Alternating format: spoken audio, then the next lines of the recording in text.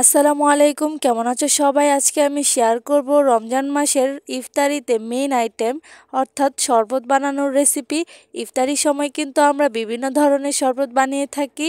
তো আজকে আমি শেয়ার করব দুধ এবং চিয়া সিড দিয়ে একটি পুষ্টিকর শরবত বানানোর রেসিপি, যেটা কিনা আমাদের সারাদিনের রোজা রাখার ক্লান্তি দূর করবে এবং পুষ্টি জোগাড় করবে। খুব সহজে এবং অল্প সময়ে বাসাতেই এই পুষ্টিকর শরবতটি বানানো যায়। তো সেজন্য এখানে আমি পরিমাণ মতো চিয়া সিড নিয়ে নিব।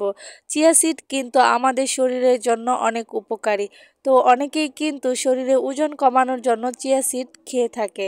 তো এখানে যাদের শরীরে অতিরিক্ত চর্বি আছে তারা কিন্তু এই চিয়া সিডের এই শরবতটি বানিয়ে খেতে পারে, যা আমাদের শরীরের জন্য অনেক উপকারী। তো এখানে আমি চিয়া সিড নিয়ে নিয়েছি পরিমাণ মতো, তারপর আমি পানি দিয়ে এটাকে এক সাইডে ভিজিয়ে রেখে দিব। আর এখানে আমি একটি পাতিলে 1 লিটার পরিমাণ দুধ নিয়ে নিব এবং হাফ লিটার পরিমাণ পানি দিয়ে দিব। এখানে যে যার পরিমাণ মতো দুধ এবং পানি মিশিয়ে এই শরবতটি বানিয়ে নিতে পারে। আর এখানে যখন দুধে বলক আসবে তখন আমি পরিমাণ মতো চিনি দিয়ে দিব। চিনিটা চাইলে কিন্তু কম বেশি করা যেতে পারে। তারপর এই চিনি এবং দুধটাকে ভালোভাবে জাল করে নিব। এখানে কিন্তু তরল দুধ ছাড়াও গুঁড়ো দুধ দিয়ে এই শরবতটি বানানো যেতে পারে। তো এবার আমি এই দুধটাকে ভালোভাবে জাল করে নিব অনেকটা ঘন করে।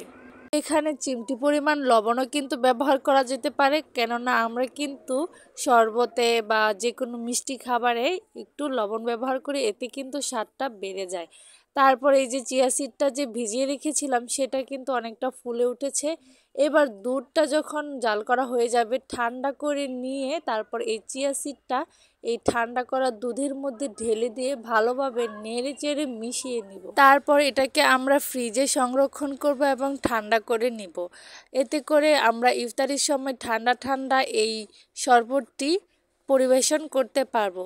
তবে চাইলে কেউ এই নর্মালভাবেই এই শরবতটি পরিবেশন করতে পারেন। তাছাড়া এখানে ফ্রিজে সংরক্ষণ করতে না চাইলে বরফ দিয়েও এই শরবতটি পরিবেশন করা যেতে পারে। এই পুষ্টিকর শরবতটি তাৎক্ষণিকভাবে আমাদের শরীরে শক্তি জোগাড় করবে এবং সারাদিনের রোজা রাখার ক্লান্তি দূর করবে। যারা বিভিন্ন ধরনের শরবত ট্রাই করতে পছন্দ করেন তারা কিন্তু বাড়িতে এই শরবতটি অবশ্যই বানাবেন এবং একবার বানালে এটার ফ্যান হয়ে যাবেন। তো আজকে এই পর্যন্ত। ভিডিওটি যদি ভালো লেগে থাকে লাইক শেয়ার সাবস্ক্রাইব করে পাশে থাকবেন। ধন্যবাদ।